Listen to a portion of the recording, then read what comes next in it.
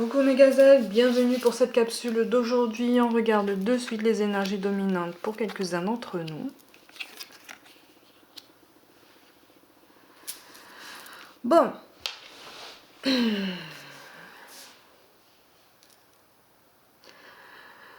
Il y a une remise en question qui est quand même assez importante. Une remise en question sur notre investissement personnel, que ce soit professionnel ou sentimental.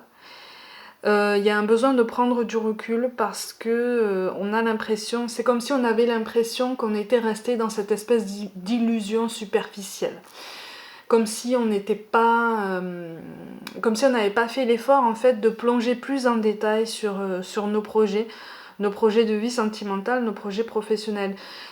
Il y a un déclic qui a eu lieu en ce sens que on commence à voir les choses sous un autre angle, mais du coup on est déçu. On est déçu parce qu'on se dit que finalement on est resté à la surface. On est peut-être resté à la surface. Et le dialogue de toute façon n'est pas rendu très facile.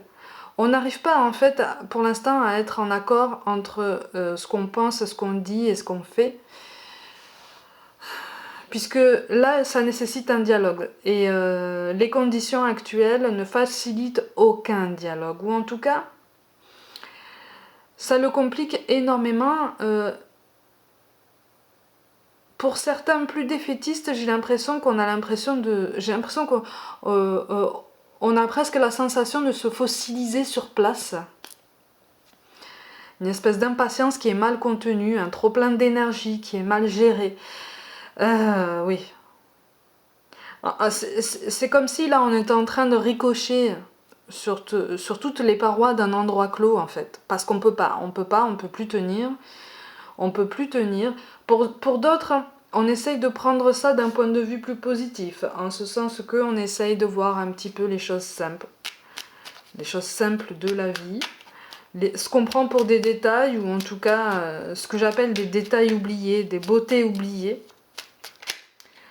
Mais pour ça, il faut déjà avoir une certaine prédisposition à la prise de recul. C'est pas forcément évident pour tous dans ce tirage-là. Plus on se pose des questions, plus on a besoin de sécurité.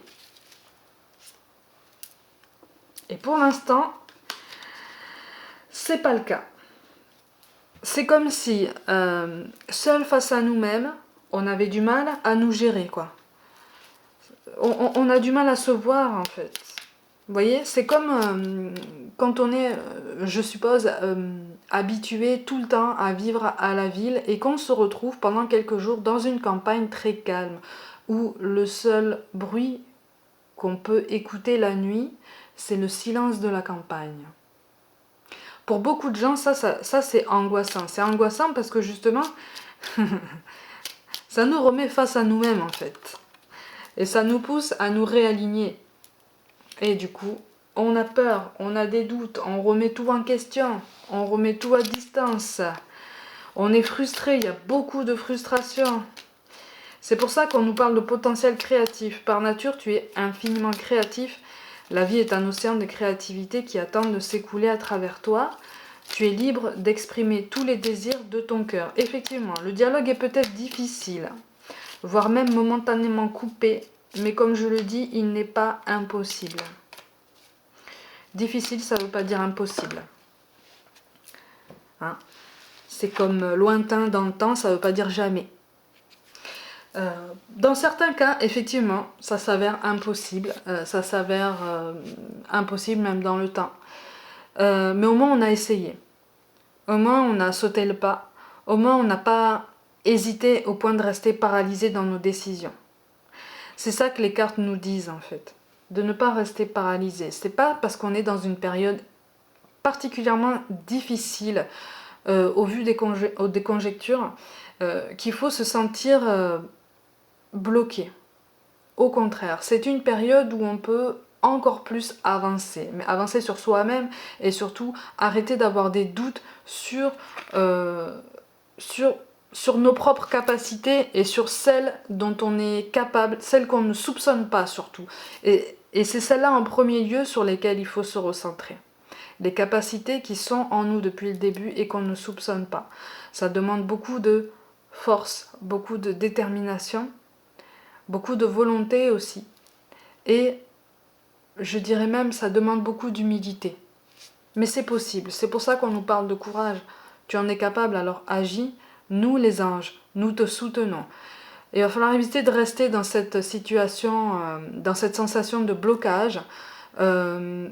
Éviter non plus les décisions hasardeuses et extrêmes, en ce sens que on va vouloir prendre des décisions à la hâte parce qu'on en a marre et qu'il faut faire bouger les choses. Il faut raison garder, puisque de toute façon, on reçoit même en cette période des signes qui peuvent nous guider. C'est pour ça que le mot clé pour moi aujourd'hui, et pour beaucoup, c'est amour. Là, le but, c'est de retrouver une harmonie, un équilibre. Hein. C'est de se recentrer sur notre réussite personnelle, sur notre avancée, sur notre chemin de vie. C'est pas facile, mais si on est là, c'est que c'est possible. Un point supplémentaire, une petite parenthèse pour vous, mes gazelles, pour ceux qui me posent des questions au sujet de la méditation. Il y en a qui me disent qu'ils n'arrivent pas à méditer parce qu'ils s'endorment. C'est tout à fait normal de s'endormir, surtout quand on commence. Ça ne sert à rien de se fixer des objectifs hyper ambitieux quand on commence en méditation, en yoga ou même dans une quelconque activité. D'ailleurs, si votre corps s'endort, si vous vous endormez au bout de 5 minutes de méditation, surtout ne le prenez pas comme un échec. Au contraire, ça veut dire qu'à ce moment-là, votre corps a compris que c'était le signal pour se mettre en pause. Vous voyez ? À ce moment-là, votre corps l'a compris en se disant « c'est bon, je peux me reposer, je peux me relâcher, on m'accorde du repos en fait ». Et si vous sentez que vous vous endormez, surtout si vous en avez la possibilité, si vous avez la possibilité de vous laisser partir dans ce sommeil, surtout faites-le. Hein, parce que justement, ce sera quelque chose de bénéfique. Au fur et à mesure que vous pratiquerez la méditation, vous vous endormirez de moins en moins, puisque votre corps prendra le pli, en fait. Votre corps a déjà compris le message. Hein, mais entre le fait de comprendre le message et l'appliquer de façon très basique ici, là, dans la 3D, il y a une différence, il y a forcément un décalage, c'est tout à fait normal. Hein, c'est comme les postures pour méditer. Évitez de vous contorsionner si vous ne pouvez pas. Ça ne sert à rien. Si vous préférez, si vous êtes plus à l'aise pour méditer allongé, méditez allongé. Si vous préférez le faire assis sur une chaise, parce qu'au niveau des articulations, c'est pas forcément facile pour tout le monde, méditez sur une chaise.